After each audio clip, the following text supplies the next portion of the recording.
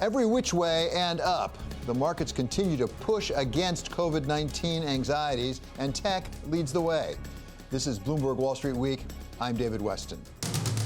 This week, Governor Phil Murphy of New Jersey. It's not a one and done. We got that out of the way, check the box, we're good to go. This is an iterative reality that we're living with. Governor Ned Lamont of Connecticut. I think you're going to see a dynamic change. Let's face it, for the last 20 years, young people wanted to be in the major metro centers. Now I think there'll be a little balancing out.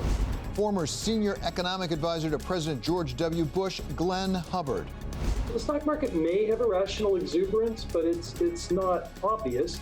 But even if the stock market's high, it doesn't mean the economy's fine at all. Sharmin Mossavar-Rahmani of Goldman Sachs. And we bring back our roundtable, at least virtually, with contributors Larry Summers of Harvard and former Fed Governor Dan Tarullo.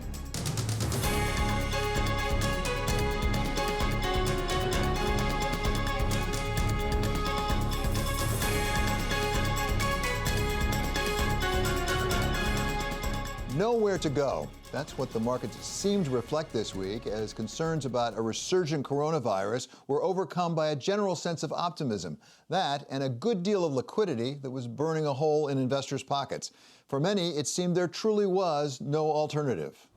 Institutional investors are more confident than at the moment than about a possible crash than our retail investors.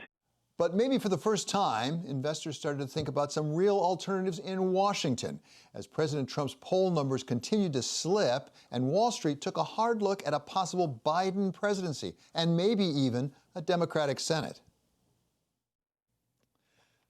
To give us a peek now into what the markets might be thinking about, we welcome Sharmin Mossavar-Rahmani. She is Chief Investment Officer for Goldman Sachs Wealth Management. Sharmin, welcome. It's good to have you on Wall Street Week. Give us some sense of what the markets are thinking, because there was enough reason to really pause this week when you have increased COVID-19 cases throughout the South in particular. You've got some problems with China. Maybe there's not going to be a phase 2 deal. You've even got a Joe Biden and maybe a Democrat Senate. So why are the markets continue to push up so relentlessly? There's always things to worry about. In fact, we often use the expression that the markets climb the wall of worry. So the fact that there's more COVID incidents in the South and the West, and we actually are seeing fatalities go up, is definitely something to watch very carefully. But when we actually look at the turnaround in the economy, that's been quite dramatic. So we have gone from a steady decline, numbers looking pretty terrible on the unemployment insurance claims, the first-time claims being up like 6.8 million people at the peak, to now something like 1.3 million. So we're seeing a very big shift in the economy relative to what people were expecting. The data has surprised to the upside, whether we're looking at retail sales, whether we're looking at car sales, whether we're looking at mortgage applications, whether we're looking at the ISM manufacturing and non-manufacturing surveys, consumer confidence. So things are clearly improving, and the market is moving from pricing a very bad environment, to where some people even use the term depression, which we never used, to actually being more optimistic that maybe 2020 will be a year that's down about 5% plus or minus a little bit in terms of economic growth. And then we recover by about 5 or 6% in 2021. So our view is that this is not an irrational market. Equity markets are forward-looking, so they're looking at what earnings will look like in 2021. We're already in July. There's a sense that from some of the early reporters, those who reported at the end of May, that actually they have beaten expectations, and so there's some sense that that's going to be positive. And when we're looking at these numbers, we're saying we know that as long as people do follow the guidelines, which is a big if in terms of social distancing, in terms of wearing masks, we are going to have some prospects of therapies in later this year in the fall. We're not that optimistic about vaccines being broadly available at the end of this year. It's much more of a 2021 issue. But so overall, when we look at the numbers, we don't think the market is at outrageously high levels at all. Sharmin, maybe the biggest headline about the markets this week was large cap tech. I mean, they're really big. The FANG stocks really drove this thing to a large degree. How broad is the increase in the markets, or how confident are the markets, or is it really just a relatively handful of companies that are driving an awful lot of this? We actually look at a series of indicators. We do look at the advanced decline numbers. We're looking at percentage of stocks that are above versus below over the last, let's say, 10 days, 50 days, 30 days, what the moving averages are. We look at a broad range of market technicals as well.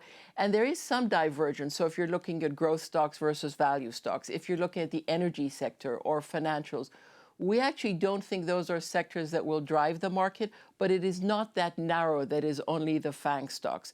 The healthcare industry is actually doing very well. There are other sectors of the economy. So we think it's more broad-based than people actually acknowledge. So Sharmin, you said immediately it's because the economy does seem to be coming back perhaps faster than we thought. Let me give you an alternative explanation, which is the Fed has really taken the rates down so terribly far, and it really makes there is almost no alternative. The yield is so much worse anywhere else, as opposed to the underlying fundamentals of the economy driving it. What about that? When we think about equity markets and equity market valuations, we look at a couple of different components.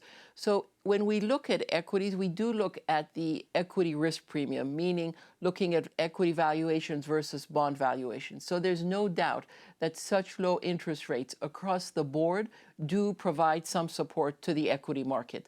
But we also think the equity market is not that expensive. When you look at equities in periods of low and stable inflation like we are in right now, and we expect to be in for the foreseeable future, equity valuations are consistently higher.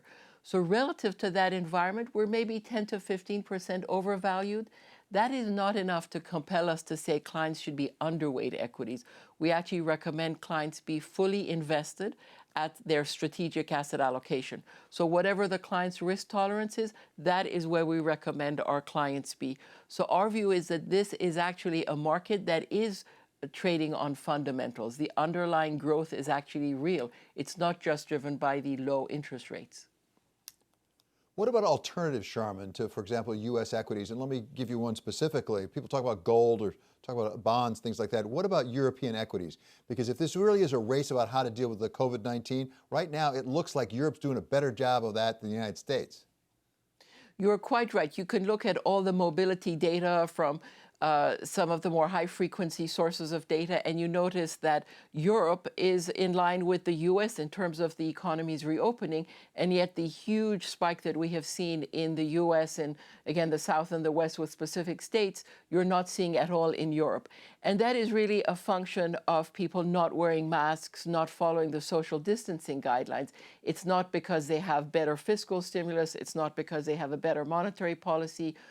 It's not because they have a better earnings outlook. In fact, if you think about what you just mentioned earlier in terms of technology stocks, information technology and aggregate is a much bigger part of the S&P 500 versus European stocks. So when we look at that, we actually at the margin do have a U.S. preeminence view. It's a view we've had now for over 10 years. When it comes to looking at European stocks, and that includes emerging market stocks as well, we do recognize that they're trading at a significant discount to their long-term averages, but we actually think that is justified. We think Europe will be much slower to grow. We think that when it comes to a coordinated policy, in terms of fiscal and monetary policy, it's been a little bit harder. We already know, for example, when people have questioned the ECB policy of buying bonds, whether it's legal or not legal, we don't have those issues with the Federal Reserve. And when it comes to fiscal policy, the U.S. has been much faster and much more aggressive. So when we combine the level of innovation, the role of technology, and these other policy factors in the U.S., we actually think that the U.S. is a better place to be than any overweight to Europe or emerging markets. It's fascinating. Thank you so much, Sharmin. It's really insightful and very helpful the way you're looking at it at Goldman Sachs. That's Sharmin Mossavar-Rahmani. She is the Chief Investment Officer at Goldman Sachs, and she says that we should stay invested in the equity markets despite the fact that they keep pushing up, and in part because the fundamentals of the economy may well justify it, and she thinks that equities really may not be overvalued after all, which is very good news in the end. Coming up, the markets are one thing, but the underlying economy could be something quite different. We talk with Glenn Hubbard, head of the Council of Economic Advisors under President George W. Bush. sometimes we forget the stock market's not the economy. It's dominated by some very large firms, some of which have market power. This is Wall Street Week on Bloomberg.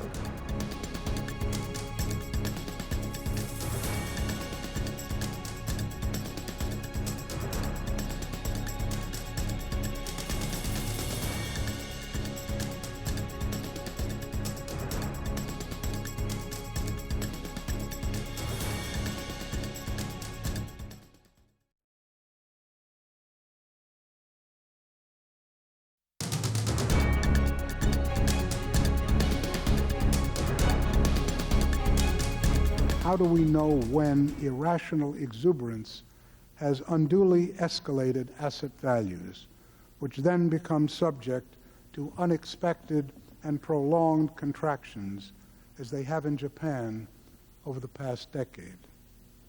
And how do we factor that assessment into monetary policy?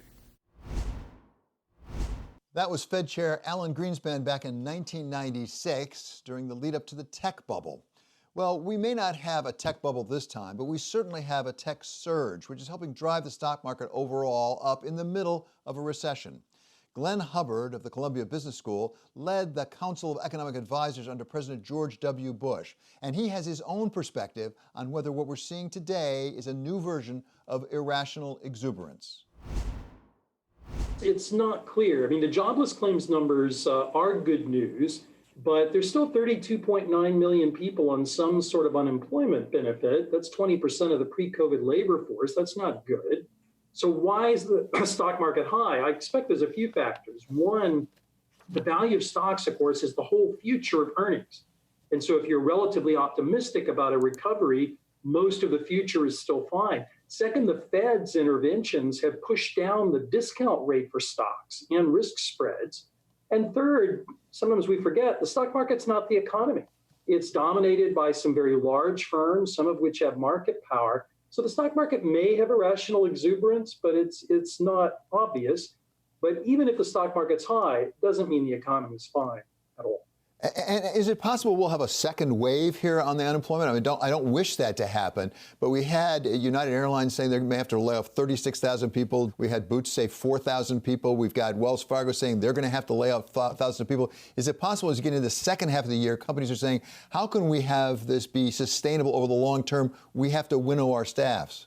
Well, it is, David, for two reasons. Familiar in economics, supply and demand. So on the supply side, it may be that there's just not enough activity. In other words, that people have decided not to return to traditional activities. That slows hiring and rehiring.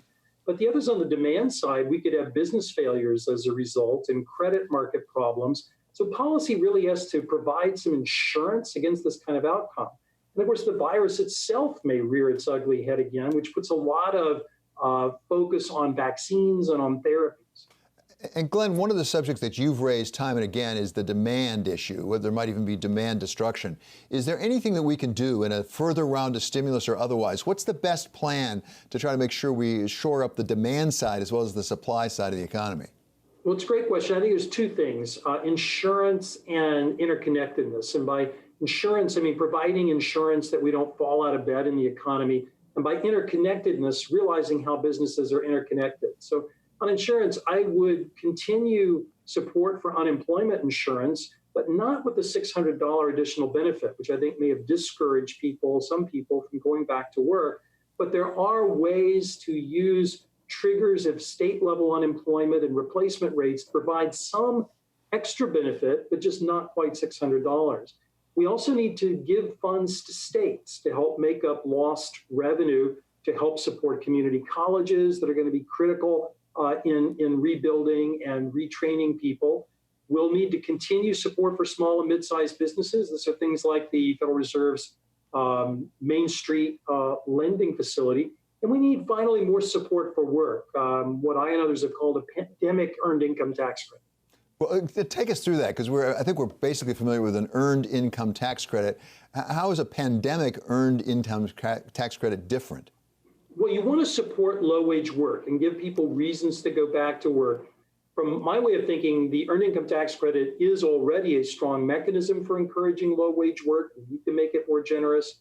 During the pandemic, we could increase its size significantly, proposed in a recent piece doubling it, but also making it available to childless workers. That is something that would really provide a boost to low-wage work when we need it, and probably a bridge to future policy, but definitely in the pandemic. Remember, unlike in the CARES Act, we're now in a phase where the economy's reopening. Our goal is to help connect people back to work, and that ought to be our mindset. You also mentioned the unemployment insurance support, that we had this flat $600 payment. Some people are saying that that might have actually encouraged, ironically, some people not to go back to work because they could make more money by being unemployed.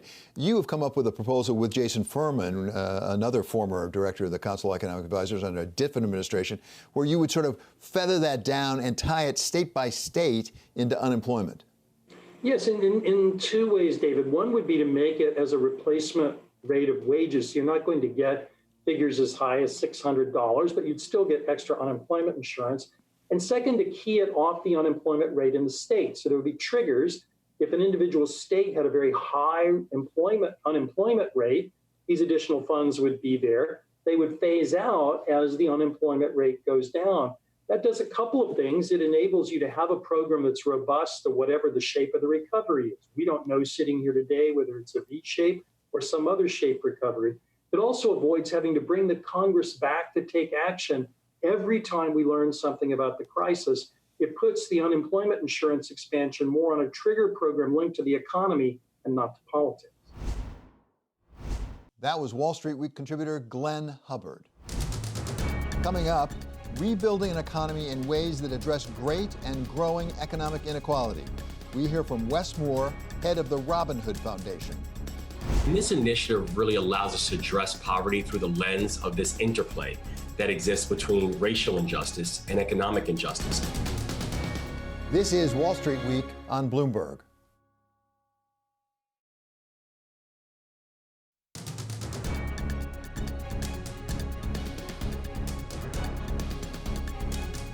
This is Wall Street Week. I'm David Westin.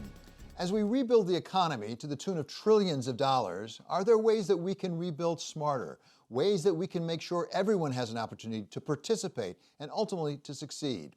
Wes Moore is the CEO of the Robin Hood Foundation, dedicated to fighting poverty. He's also the author of a new book, 5 Days, The Fiery Reckoning of an American City. I'm a Baltimore native, and in many ways, Baltimore City helped to raise me. And one of the things that really struck me about Freddie's story was, I unfortunately have been to many funerals before my life, but his funeral was the first funeral that I'd ever been to when the person who was laying in the casket I never knew in life. And that haunted me. Because Freddie Gray's funeral was a big deal in Baltimore. But then the thing that really helped to trigger wanting to write this book and tell this story was not just the horror of his death, but in many ways the horror of his life. And that's what I wanted to uncover. And you say, I'll just read a bit from the prologue here. You say, we had come from similar places, you and Freddie Gray, but I had been so fortunate, so blessed. And you go on to talk about your mother and your grandparents and the breaks you got along the way. How does it happen that two people with similar sorts of situations can take such divergent paths? Well, I think that one of the things I wanted to be able to look at is when you look at the life of Freddie Gray, for so much of us, particularly for individuals, all of us, who feel like we're coming out from the margins, right? Where this wasn't always destined, that we could end up being there. There are a lot of factors that play into it, but one of the big factors that plays into it, unfortunately, is luck.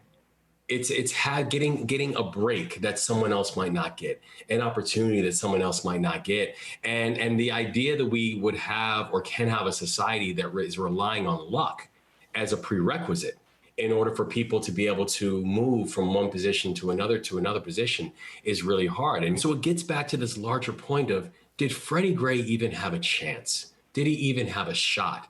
Or was that last interaction that he had where he died, was killed in police custody for the crime of making eye contact with police, which triggered probable cause? Was that the last system to break in the life of Freddie Gray? Well, see, that's what I found. One of the things I found very powerful in this book is obviously what happened with the police was inexcusable. Police officers were indicted, although I don't think they were convicted. But it was inexcusable what happened in that police van. But the problem with Freddie Gray started way past that. And when you talk about systems, we talk about systemic racism, systemic inequality. It's a series of systems. There's a lot of systems here that put Freddie Gray in the wrong place, and for that matter, put police in the wrong place at the same time. That's exactly right. I mean, when you look at the life of Freddie Gray, every system failed him. The education system, when the last day of attendance that he had recorded in Baltimore City Public Schools was in 10th grade when he was 19 years old.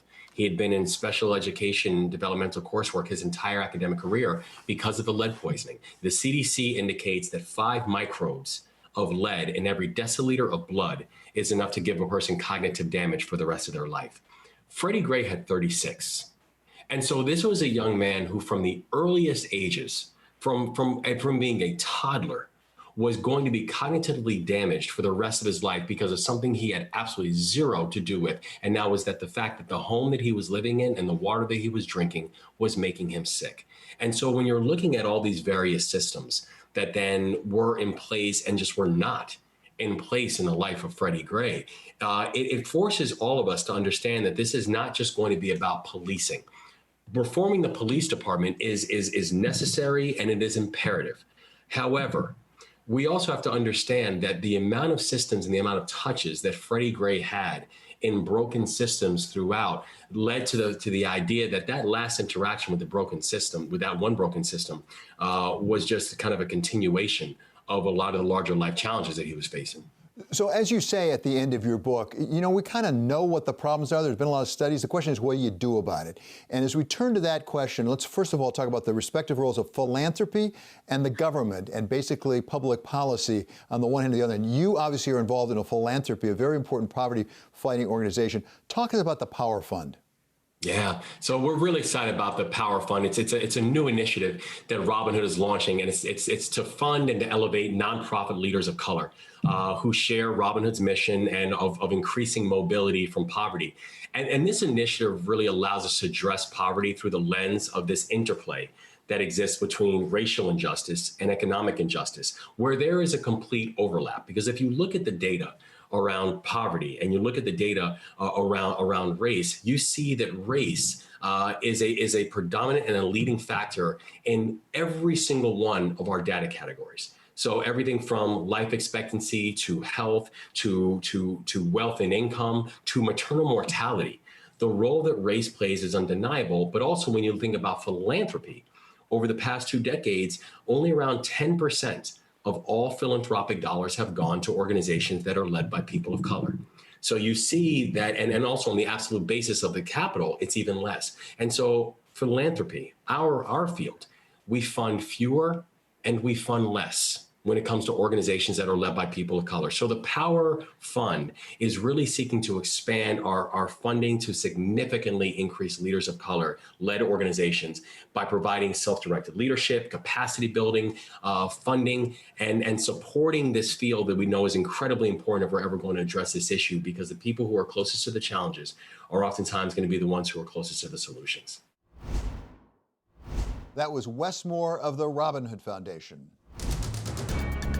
Coming up, we hear from 2 of the governors hit worst by COVID-19, Governor Phil Murphy of New Jersey and Governor Ned Lamont of Connecticut. It's quite clear that this virus is a lot more lethal inside than it is outside. And so we are watching this minute to minute.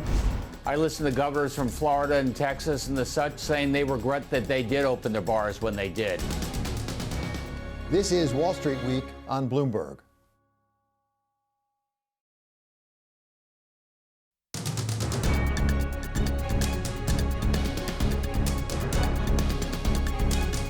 This is Wall Street Week. I'm David Westin. New Jersey is one of the states hardest hit by the coronavirus and most aggressive in dealing with it. After having some real success, cases are on the rise again, leaving its governor, Phil Murphy, to decide what to do next. We made the decision based on the facts and the science to begin step-by-step reopening our state.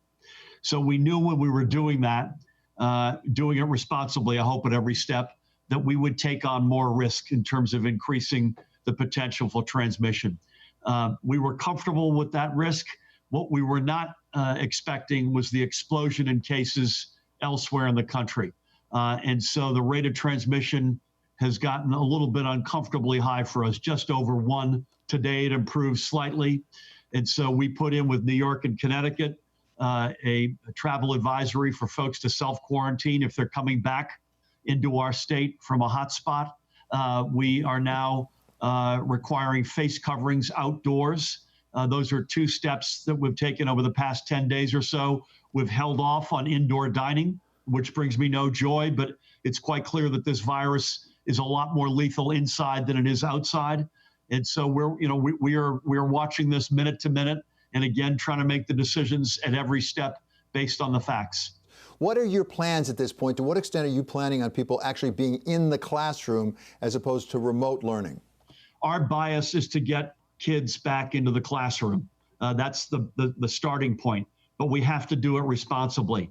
I think, David, the toughest nut to crack is going to be preventing the unwitting passing of the virus from an asymptomatic, young, healthy kid to an older educator or administrator or someone with underlying health challenges. So the whole notion of capacity constraints, social distancing, face coverings, lots of hyper hygiene, et cetera, doing things outdoors wherever possible. Those are all going to be elements of what we think it will look like.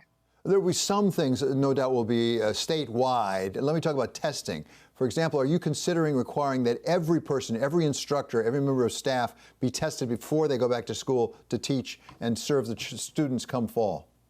If we could do it, yes.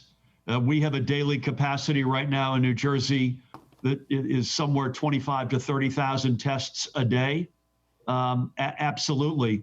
The only obvious point to make is even if we're able to achieve that, and I think we could achieve it, this is a virus that doesn't just, it's not a one and done. We got that out of the way, check the box, we're good to go.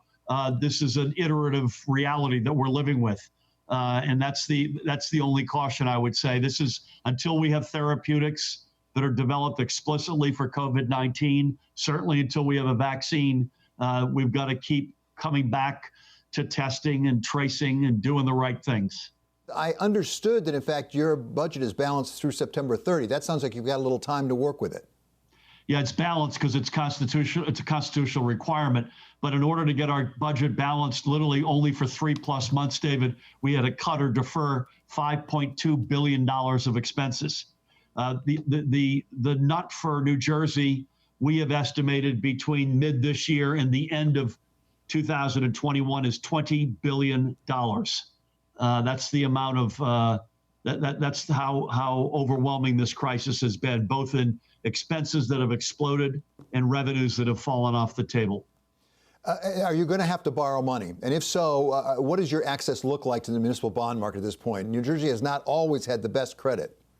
Yeah, we will have to borrow money. This is not either or, it's and both. And we'll probably have to put some revenue raisers on the table as well as we develop our next budget. The first place we'll go is the Federal Reserve special program that they've set up.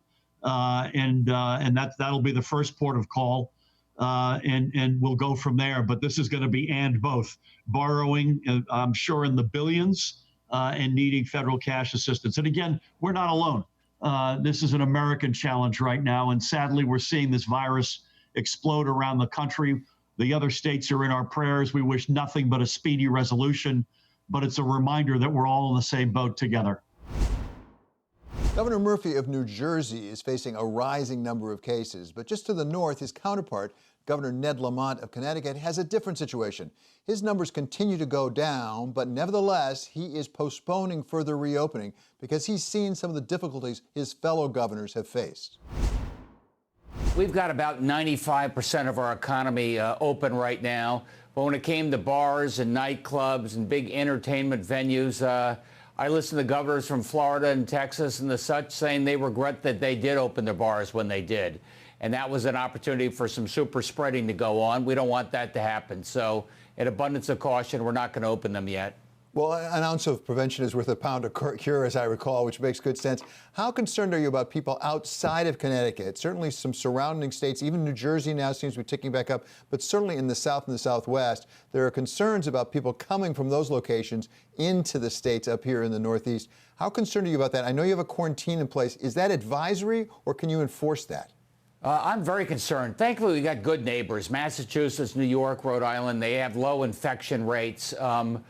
But you're right. If people are flying up from Miami, flying up from Houston, coming in unchecked, that's a problem. You need one or two people infected on that flight by the time it lands. Who knows what's going to happen? So we do have a quarantine in place. It is voluntary. That is true. But I'll tell you, the number of people flying into our state from those infected areas has dropped quite a bit, which is the precaution we wanted. Governor, when you were last with us, you said that you thought perhaps the days of the routine 5-day-a-week commute from Connecticut into Manhattan may be over. What changes and patterns have you seen since then? Has that reinforced your view, or do you have a somewhat different view? No, David, it really has reinforced our view, especially in southern Connecticut, where a lot of people would get on the train, then they get on the subway. There's a lot of reluctance about getting on the train, a lot of reluctance about getting on the subway. And I think people have found that you can have a nice suburban lifestyle, or maybe live in one of our small towns, or Stamford, Connecticut. You can work out of there 2 or 3 days a week, and if you have to get into the Big Apple to take care of business, you could do that, but you don't have to live there. What longer-term changes besides the commuting issue you just raised are you taking a look at right now? I'll give you another example. There are a lot of reports of people in Manhattan looking for houses up in Greenwich, up in southern Connecticut, and out in New Jersey. And what's going on with the real estate market right now? The real estate market is very, very busy. People coming from New York, people coming from Boston.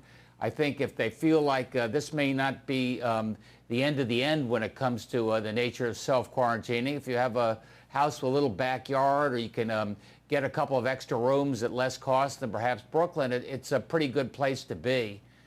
So I think you're going to see a dynamic change. Let's face it, for the last 20 years, young people wanted to be in the major metro centers. Now I think there'll be a little balancing out. That was Governor Ned Lamont of Connecticut. Coming up, the Roundtable comes back to Wall Street Week. We talk with contributor Larry Summers of Harvard and former Fed Governor Dan Tarullo, also of Harvard. This is Wall Street Week on Bloomberg.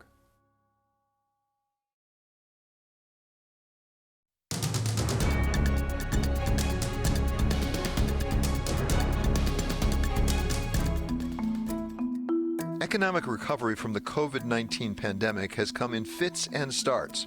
The Fed has taken unprecedented steps to prop up the U.S. economy since its emergency meeting on March 15. The central bank slashed the Fed funds rate to zero and announced an immediate and unlimited quantitative easing program. Well, the primary response to this challenge will come from our healthcare providers and policy experts. Economic policymakers must do what we can to ease hardship caused by the disruptions to the economy and to support a swift return to normal. On March 23rd, the Fed announced a sweeping set of measures, including 3 new emergency lending facilities to support up to $300 billion in new financing for firms.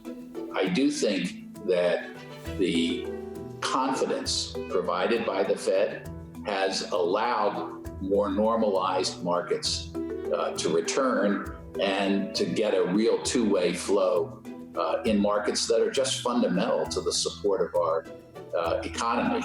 On April 6th, the Fed unveiled its Main Street Business Lending Program under the authority granted to it under the CARES Act.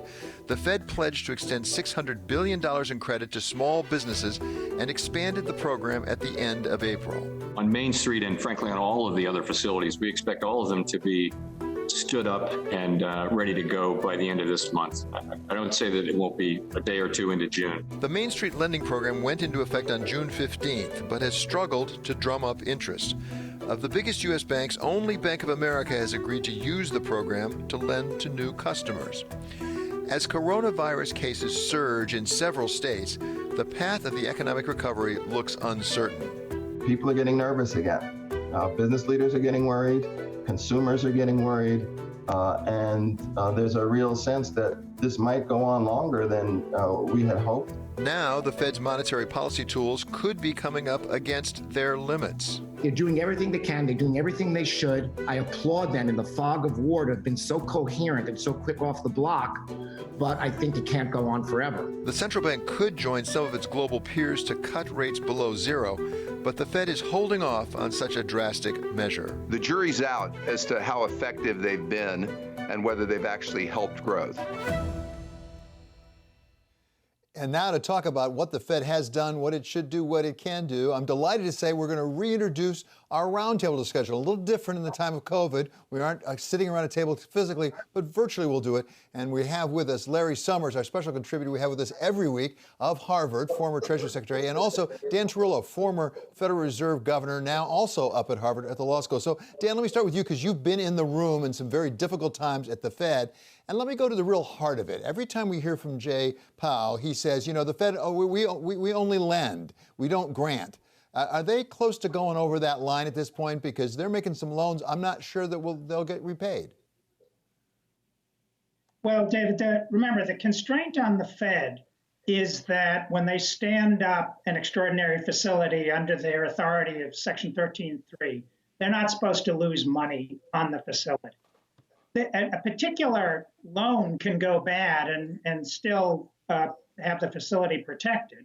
And that's the reason why the Treasury Department puts in what's the equivalent of equity in order to absorb any losses that may come.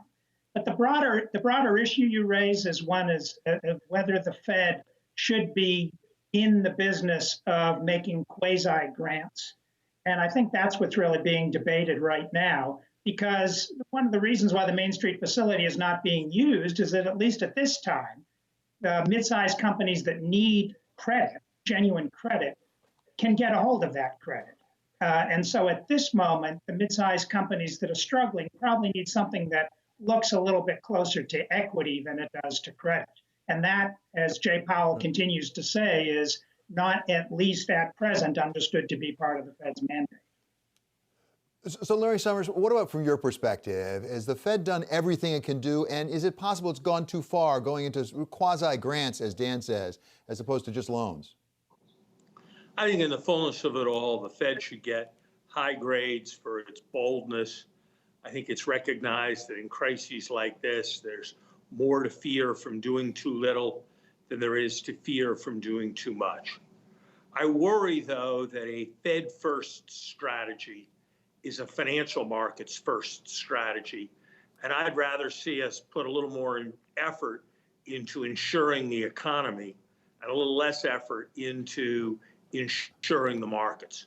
The big gaps are about to loom with respect to fiscal stimulus if Congress doesn't get moving and pass a follow-on to the various CARES Act provisions that are expiring at the end of July.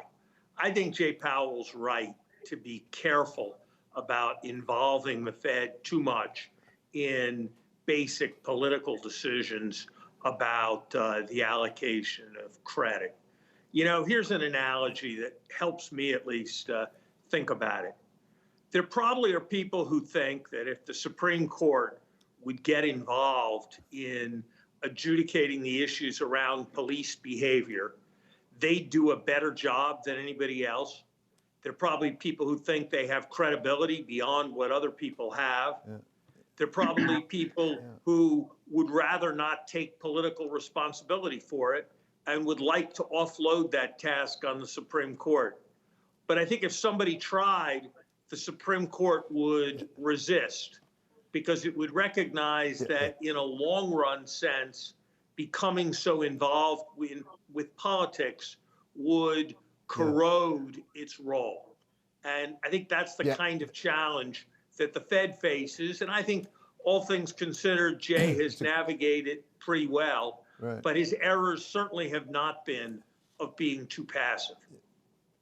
Yeah, it's a really great point of the Supreme Court. Having worked there a while ago now, I'll tell you, the Supreme Court is concerned about its political capital, and you go out on a limb there, and it could get really sawed off behind it. But Dan, Larry raises a really good point. The Fed clearly has the ability to get asset values up. Does it really have the ability to affect the underlying economy and get it growing? So I think, David, there are a few things here. First, there's the institutional role, which Larry just alluded to. You know, whether or not the Fed could, within its legal mandate, actually begin to provide real economy kind of funding is one question. The other question is whether it's desirable for them to do that. And, you know, just as we've seen the debates already as to whether the Fed should be supporting companies that don't maintain a certain percentage of their pre-COVID employment, just as we've seen the Bank of England now coming under pressure not to provide credit to companies that have not committed to a zero admissions target. I think those kind of political issues are definitely going to affect the Fed if it tries to get deeper into this business. And I think Powell and the rest of the board are very much aware of that.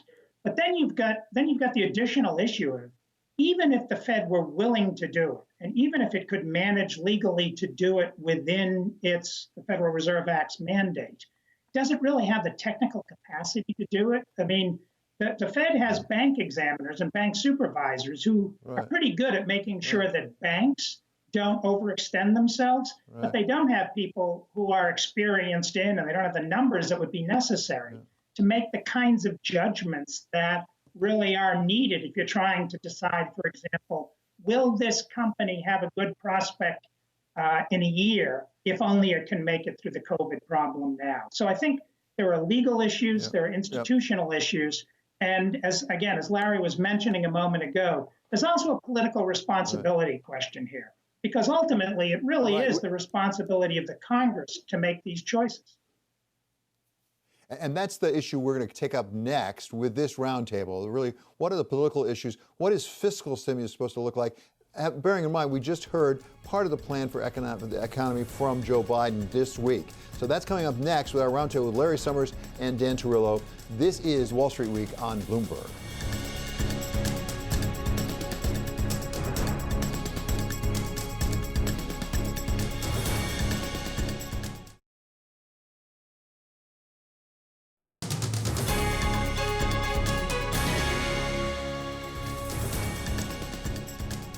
This is Wall Street Week, and I'm David Westin. We are back now with our roundtable. Dan Tarullo, former Fed governor, and also Larry Summers, special contributor for Wall Street Week and former Treasury Secretary. So, Larry, we've been talking about the Fed. As you've suggested, there's a lot more to economic policy than that. But give us a sense, as somebody who's done this, who's really set economic policy, how do you set an economic policy given all the uncertainty we have of the pandemic, of what's going on with the recession, and even some of the racial injustice issues? Well, look, I think during the Mexican crisis 25 years ago, President Zedillo said something that has always stuck with me. He said, markets tend to overreact, which is a reason why policy should overreact.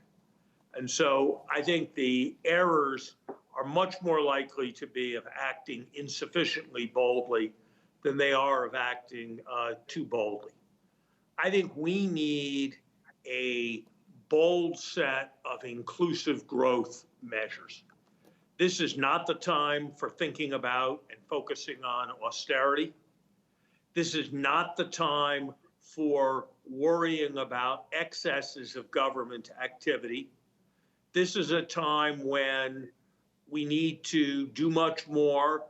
First, to put the public COVID crisis behind us, we need much larger investments in testing and contact tracing so we can perform like the European countries rather than the uniquely bad performance we're delivering. Second, we need to pivot to an aggressive government program that can absorb private savings, the excess of private savings and the consequent stagnation and low interest rates being our principal macroeconomic problem, and absorb it by doing things that are fundamentally socially important, putting people to work on repairing the nation's infrastructure, making our education system work effectively and be adequately resourced, channeling capital to the most depressed parts of our country. There's an idea that somehow we can't promote fairness without hurting business. And I think exactly the opposite is the case. And I think enlightened business leaders are increasingly recognizing that if we don't do some things to promote fairness in society, it's all going to come crashing down around them. Well, Larry, let me put that question specifically to Dan. Is there a trade-off, or is it a misperception between increased economic fairness on the one hand and economic growth on the other? Well, it doesn't seem to be any reason why there needs to be such a trade-off. I mean, after all, to the degree that one increases sustained aggregate demand of the sort that you get when people have money to spend, that should be good for business. And with the reduced share that labor has had of the nation's product in the last couple of decades, obviously you don't have that kind of spending. So there may be, and I think there is perhaps some conflict between taxation rates and more fairness. But I agree, there's no necessary trade-off between growth and fairness. And there's no reason why good progressive economic policy cannot take into account market considerations. There's no need to be a market fundamentalist. I mean, let's be clear. The business community would have been thrilled 3 years ago if they had gotten the corporate rate down into the mid-high 20s. 21 was something that the business community was not even asking for. Let's be clear. The best performance of the U.S. economy took, in terms of growth and per capita growth, took place in the 50s and 60s when top tax rates were much higher than they are now. And that, we shouldn't. And that is no doubt why Joe Biden is suggesting 28% instead. I want to thank our roundtable very much, Larry Summers and Dan Tarullo. Great to have you both back with us. We'll keep working on this roundtable. It's a work in progress, as it is for all of us working from home, but it's terrific to have the roundtable back up and going. Finally, one more thought. Back to school.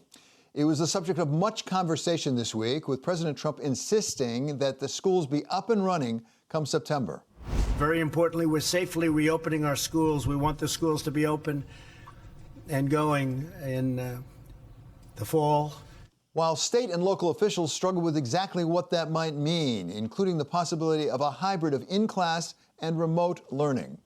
When we know that health and safety means social distancing, therefore we have to use a lot more space for fewer kids, it makes very clear the approach we will use is blended learning. But the Trump administration doesn't like to do things halfway, so it surprised everyone this week when it announced that remote learning isn't good enough, at least when it comes to college and graduate students, and at least where those students come from overseas, leaving thousands of those students to wonder whether they can get the visas they need to continue their education in this country, and leaving the rest of us to wonder why, if it isn't good enough for students from abroad, it is good enough for American school children. That does it for this episode of Wall Street Week. I'm David Westin. This is Bloomberg. See you next week.